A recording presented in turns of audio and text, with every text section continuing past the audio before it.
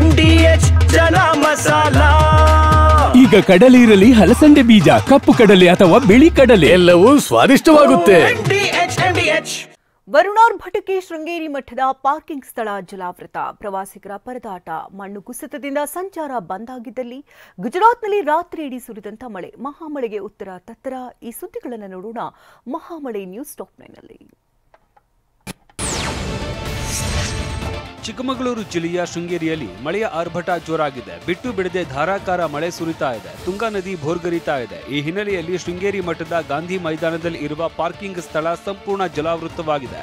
ಇದರಿಂದ ಮಠಕ್ಕೆ ಬಂದಿದ್ದ ಪ್ರವಾಸಿಗರ ಕಾರುಗಳು ಮುಳುಗಿವೆ. ಹೊರಗಡೆ ತೆಗೆಯುವುದಕ್ಕೆ ಆಗದೆ ಪ್ರವಾಸಿಗರು ಪರದಾಡಿದ್ದಾರೆ.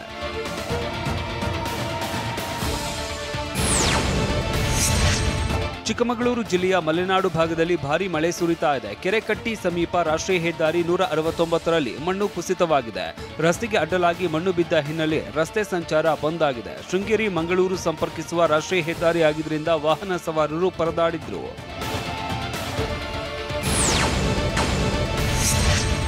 ಕೊಡಗು ಜಿಲ್ಲೆಯಲ್ಲಿ ಮಳೆಯ ಆರ್ಭಟ ಮುಂದುವರೆದಿದೆ. ಮಡಿಕೇರಿ ಸೋಮವಾರಪೇಟೆ ರಸ್ತೆ ಮೇಲೆ ಮರ ಉರುಳಿ ಬಿದ್ದು ಅವಾಂತರ ಸೃಷ್ಟಿಯಾಗಿತ್ತು. ಸ್ಥಳೀಯರು ಅರಣ್ಯ ಇಲಾಖೆ ಸಿಬ್ಬಂದಿ ಮರ ತೆರವುಗೊಳಿಸಿದ್ರು.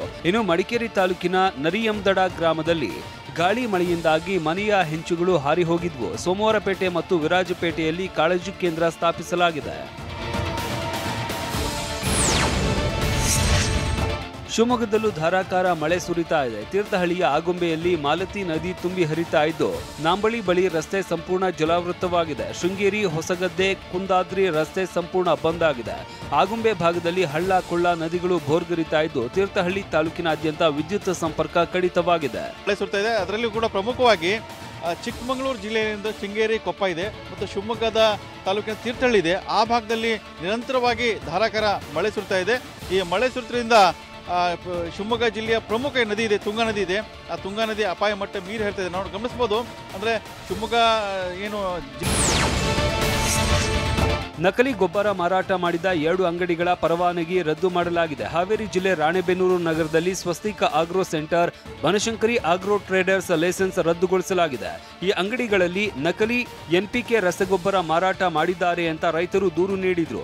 ರಾಣೆಬೆನ್ನೂರು ಕೃಷಿ ಇಲಾಖೆ ಸಹಾಯಕ ನಿರ್ದೇಶಕಿ ತನಿಖೆ ನಡೆಸಿ ಅಂಗಡಿಗಳ ಲೈಸೆನ್ಸ್ ರದ್ದು ಮಾಡಿ ಮಾಲೀಕರ ವಿರುದ್ಧ ಮೊಕದ್ದಮೆ ದಾಖಲಿಸಿದ್ದಾರೆ.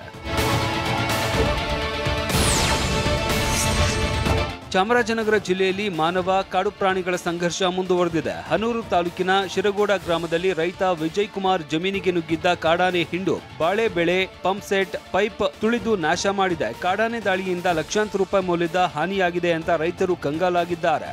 ಅರಣ್ಯ ಇಲಾಖೆ ಅಧಿಕಾರಿಗಳಿಗೆ ಎಷ್ಟೇ ಮನವಿ ಮಾಡಿದರೂ ಪ್ರಯೋಜನ ಆಗಿಲ್ಲ ಅಂತ ಹಿಡಿ ಶಾಪ ಹಾಕಿದ್ದಾರೆ. ಬನ್ನೇರುಘಟ್ಟದಿಂದ ಶುಕ್ರವಾರ ತೆರಳಿದ್ದ 4 ಸಾಕಾನೆಗಳು ಏರ್ಲಿಫ್ಟ್ ಆಗಿದ್ದು ಜಪಾನ್ನಲ್ಲಿ ಲ್ಯಾಂಡ್ ಆಗಿದೆ. ಒಸಾಕಾ ಕಾನ್ಲೈ ವಿಮಾನ ನಿಲ್ದಾಣದಿಂದ ಹಿಮೇಜಿ ಸೆಂಟ್ರಲ್ ಪಾರ್ಕಿಗೆ ಟ್ರಕ್ ಮೂಲಕ ರವಾನಿಸಲಾಗಿದೆ. ಕೇಜ್ನಿಂದ ಹೊರಬಂದ ತಕ್ಷಣವೇ ಆನೆಗಳಾದ ಸುರೇಶ್, ಗೌರಿ, ಶ್ರುತಿ ಹಾಗೂ ತುಳಸಿ ಸ್ವಚ್ಛಂದ ಓಡಾಟ ನಡೆಸಿದ್ವು.